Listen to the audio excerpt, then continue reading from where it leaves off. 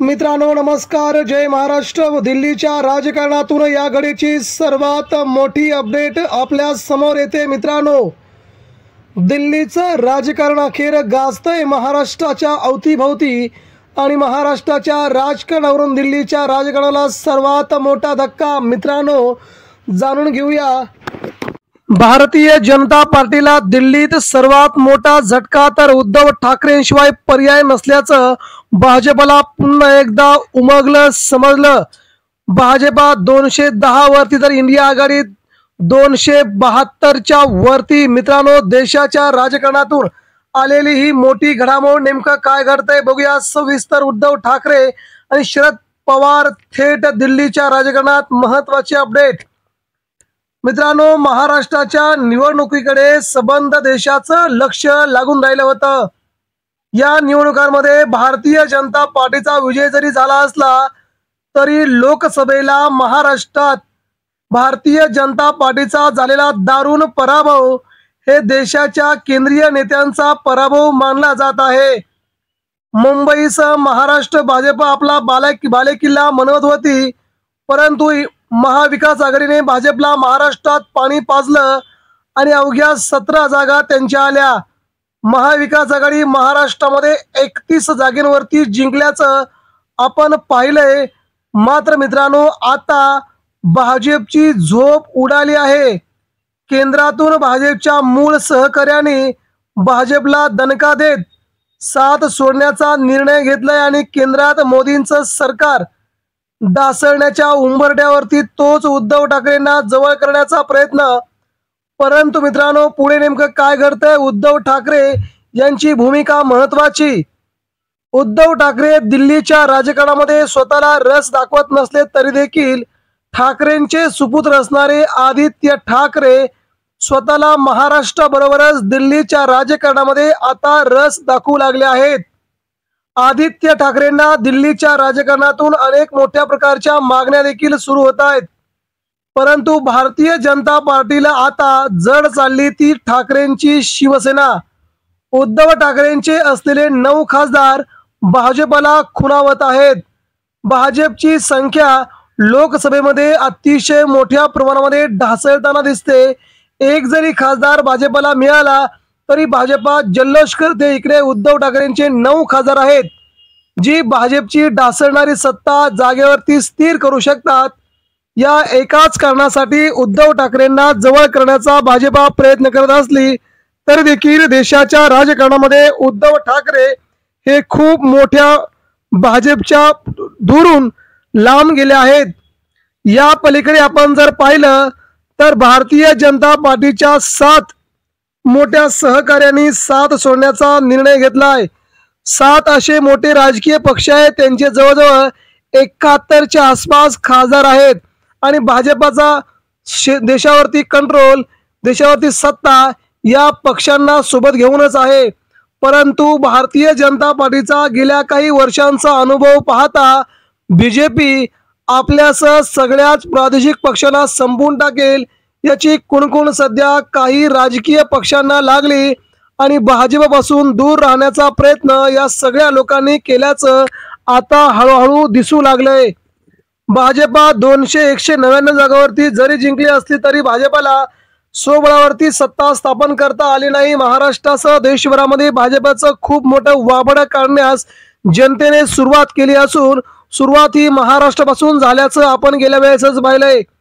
जगात मोठा म्हणणारा पक्ष भाजपा मुंबईत मागतं, महाराष्ट्रात मात्र 9 जागेवरती जिंकतो।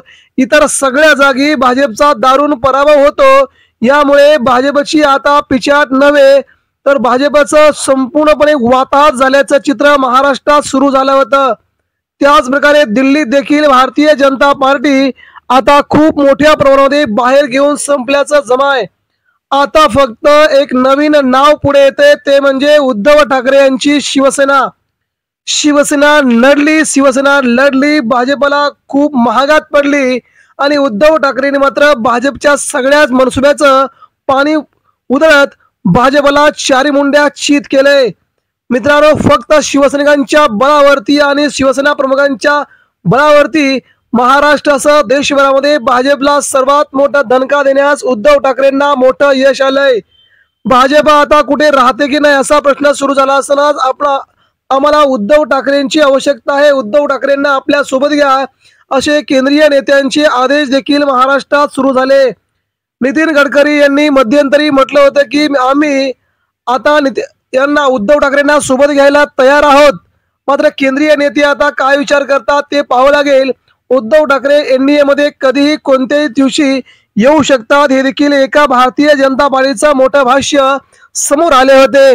परंतु माझी शिवसेना मी समोरासमोर फोडताना, माझे आमदार माझे मंत्री समोरासमोर फोडताना पाहिले आहेत, त्या भाजपसोबत मी कसा जाईल हा देखील उद्धव ठाकरेंचा ठाकरीपणा सगळ्यांसमोर आल्याचं आपण पाहिलंय।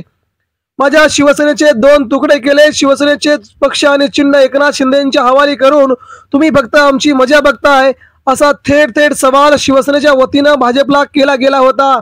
याच पार्श्वभूमीवरती महाराष्ट्रामध्ये आता मात्र भारतीय जनता पार्टी केंद्रातून हद्दपार होईल आणि उद्धव ठाकरे मात्र दिल्लीच्या मोठ्या तख्तावरती जाऊन बसतील।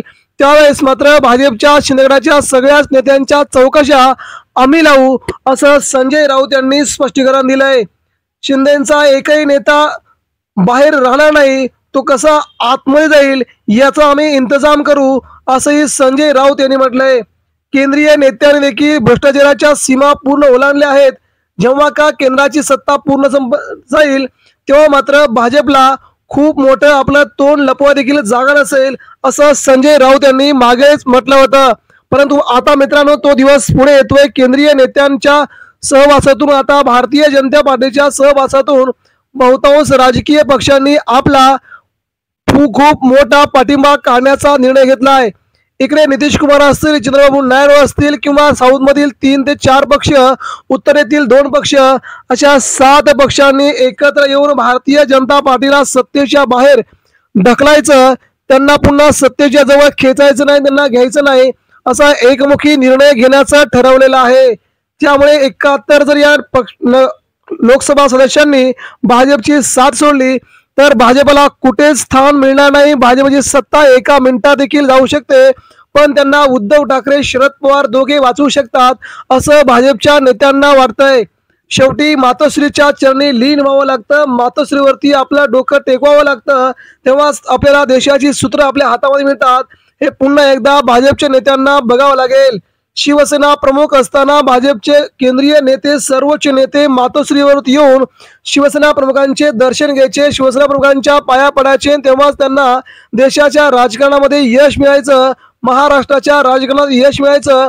परंतु आता मात्र उद्धव ठाकरे मातोश्री एकाही भारतीय जनता पार्टीच्या नेत्यांना मुंबईत महाराष्ट्रात मातोश्रीवरती बोलवणार नाही, कारण की शिवसेना प्रमुखांच्या खोलीमध्ये भाजपा खोटं बोलली होती, उद्धव ठाकरेंना खोटं पाडण्याचा प्रयत्न केला गेला होता।